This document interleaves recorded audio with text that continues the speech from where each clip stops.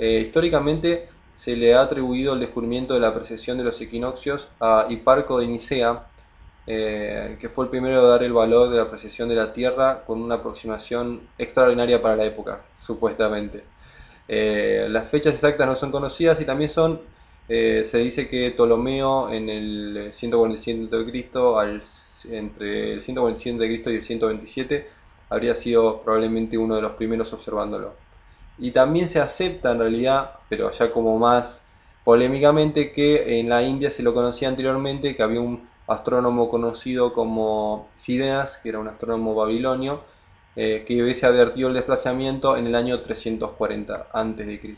Ahora, es muy interesante ver que tanto en las pirámides de Egipto como en otros monumentos, como en Teotihuacán, tenemos también una ciudad sagrada en Sri Lanka bajo el nombre de Angkor, y también tenemos las pirámides de Chichen Itza y Stonehenge, que están marcando justamente la precesión de los equinoccios en monumentos que por lo menos tenemos el de Sri Lanka tiene 800 años antes de Cristo. Después lo demás están datados de 2500 atrás y bueno, ya sabemos que el Stonehenge es muy anterior a este periodo. Cuando estamos hablando de esto, ¿de qué estamos hablando? Bueno, tenemos en todos estos monumentos, por ejemplo, en Angkor Wat, el equinoccio de invierno se marca con la punta del templo. O sea, cuando uno está en el equinoccio de invierno, en la punta del templo se marca el equinoccio de invierno. Para uno poder marcar los equinoccios tiene que conocer este movimiento de precesión. Y no solamente esto, en los grabados de Angkor Wat, que tiene unos grabados muy interesantes, una fila de grabados, la fila de grabados más larga del mundo, aparte de ser algo estéticamente muy bello, hay como una especie de historia de creación del mundo y dentro de esa misma historia de creación del mundo se explica la precesión del equinoccio y se explica muchísimo sobre astronomía, demostrando que ya a 800 años antes de Cristo había un conocimiento muy avanzado de astronomía. En las indicaciones de las pirámides de Gizeh y las pirámides de Teotihuacán y la ciudad de Teotihuacán, también en Chichen Itza, vemos que había un intento de estas civilizaciones antiguas por reflejar en la tierra el cielo. O sea, hay muchos monumentos que están reflejando eh, constelaciones. En el caso de Angkor Wat hay una perfecta traza de la constelación de Draco. Pero bueno, vamos a volver a esto en un ratito ahora. En Angkor Wat no solamente está esto, sino que como dato interesante para los que conozcan un poco de los textos hindúes que hablan de las cuatro sedades están marcadas en el perímetro. O sea, desde la entrada desde la entrada de, digamos, el perímetro que tiene como una especie de amurallamiento hasta el punto central del templo se marcan perfectamente las cuatro edades. Es muy loco porque es un diseño muy complejo para realizarlo. Igualmente, todas estas medidas en general son medidas muy particulares, no son las medidas de metro, son codos, en realidad son una medida que se ha descubierto que se repite en todos estos antiguos eh, monumentos, que es algo que ya de una los uniría a todos porque usan la misma medida, una medida compartida, que no es una medida estándar a la que nosotros usamos en estos momentos. Bueno, volviendo al tema de la precesión y de Draco. Lo que es interesante, acá hay una investigación que hizo un hombre que es enorme, que se llama Graham Hancock, del cual mucha de la información de la que yo estoy hablando hoy la saco de sus investigaciones.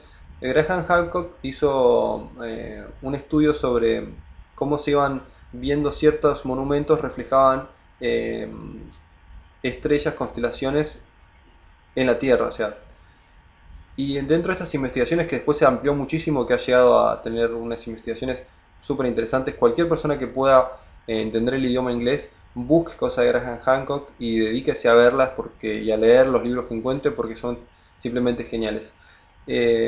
Volviendo al tema de Draco. Draco representado en Angkor. La única forma que tenemos de encontrar en Angkor un acople perfecto entre el cielo y la tierra sería si nosotros localizamos esa constelación, ese cielo en realidad, 10.500 años antes de Cristo.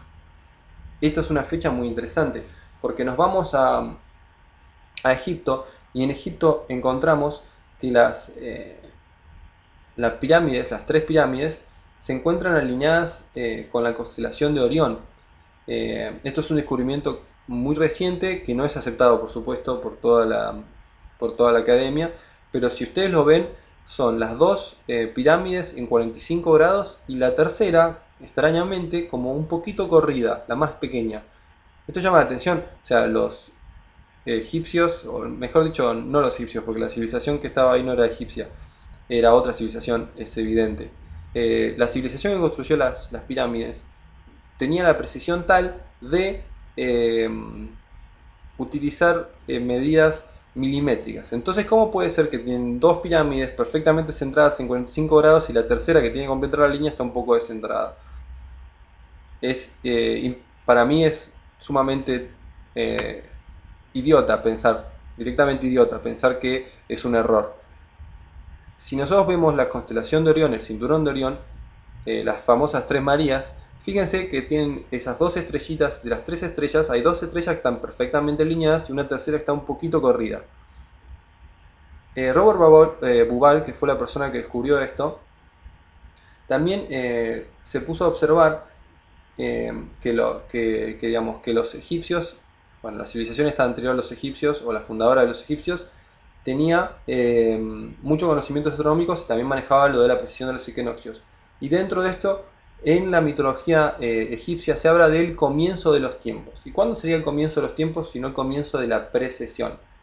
Si nosotros vamos al comienzo de la precesión y ubicamos la estrella de Orión para que se ubique perfectamente con las pirámides, aparte otra cosa interesante es que el Nilo, que está al lado, es la representación de la Vía Láctea. Si nosotros vemos la Vía Láctea, que parece como una especie de río lechoso que corre por nuestro cielo, aquellos que tienen la oportunidad de observar cielos que no estén contaminados por las luces de las ciudades, van a observar que es como una especie de río. Y dentro de ese río, a un costado, está Orión.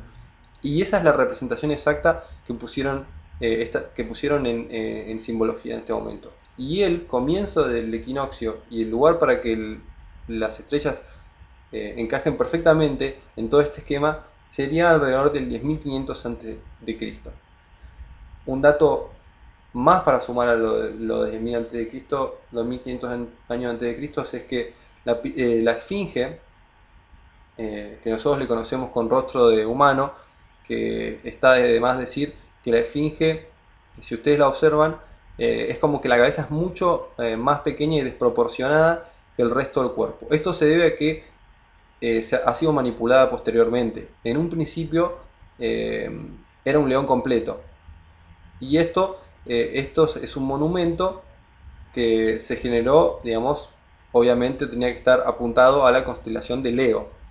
¿Dónde estaría la constelación de Leo en el 10.500 años de Cristo? Justamente enfrente, apuntando la esfinge hacia donde sale esa constelación.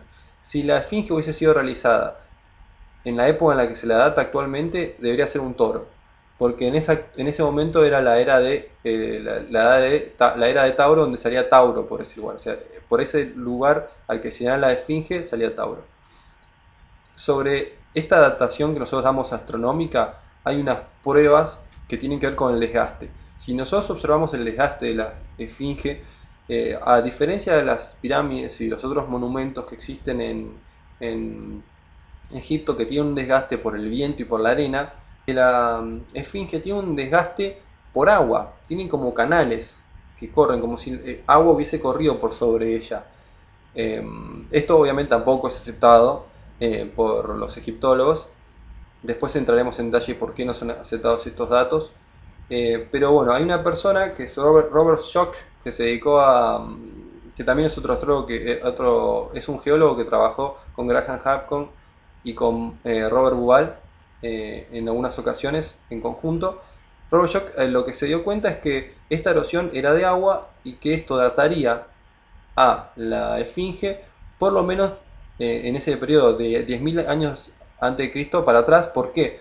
Porque no existen lluvias desde ese periodo, o sea, no podría tener el desgaste ese, la Esfinge, si no hubiese existido lluvia en el momento en el que fue construida. Nunca podría haber tenido desgaste de lluvia, porque sería simplemente imposible. Si nos vamos hacia las civilizaciones de las Américas, las que nos tocan a nosotros, que son sumamente avanzadas, tenemos tanto Teotihuacán, que tiene en sus medidas la circunferencia y el radio de la Tierra. Imagínense el cálculo que se necesita para darse cuenta de la circunferencia y el radio de la Tierra. De este tipo de conocimientos estamos hablando. Graham Hancock, que realizó todo este estudio y otras, apunta a él con una teoría a que hay una civilización que obviamente predata a todas estas civilizaciones avanzadas, tanto la maya como la inca, como las civilizaciones de egipcia, como las civilizaciones de Oriente, como son las de Sri Lanka. La hipótesis de Graham Hancock nos habla de una civilización muy avanzada que existió en este periodo. Justamente tenemos que recordar que entre el 10.000 y el 13.000 a.C. estuvo el periodo de la última era glaciar y la consiguiente desglaciación, la suba de los niveles del mar.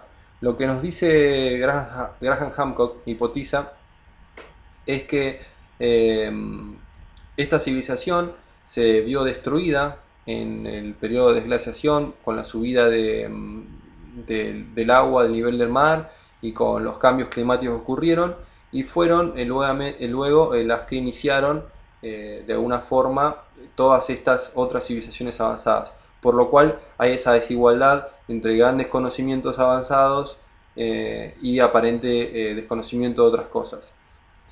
Con respecto a esto, me gustaría dejarlo un poco en el aire por lo pronto y pasar a otros datos muy interesantes que también hablan de las civilizaciones antiguas.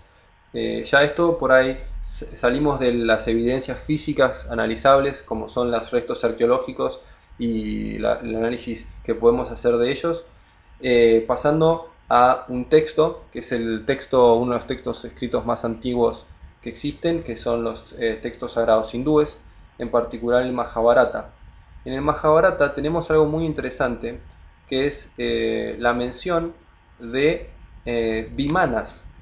Esto es para también entraría en juego con la cuestión ovni de las civilizaciones estas antiguas, ¿no? Pero bueno, los vimanas aparecen descritos de las siguientes maneras. Yo lo voy a leer. Dice: los vimanas eran máquinas volantes que tenían la forma de una esfera y navegaban por los aires por el efecto del mercurio, que provocaban un gran viento propulsor. Los hombres alojados en los vimanas pueden recorrer grandes distancias en un tiempo maravillosamente corto. Con el nombre de vimanas eran conocidas en los antiguos textos hindúes, que estaban escritos en sánscrito, unas extrañas naves voladoras utilizadas por los dioses. Muy interesante todo esto, ¿no? Capaces de albergar una poderosa capacidad destructiva. Son muy numerosas las obras donde aparecen estos artefactos voladores. Entre ellas está el Rana Parva, el Ramayana, el Yajurveda y el Bhagavata Purana, y el Srimad Bhagavatam también. Estos vehículos voladores extraordinariamente escritos, porque están con muy detalles escritos, las personas que se montaban en ellos podían volar hacia los cielos y dirigirse hacia las estrellas y a mundos lejanos, para luego retomar a la Tierra.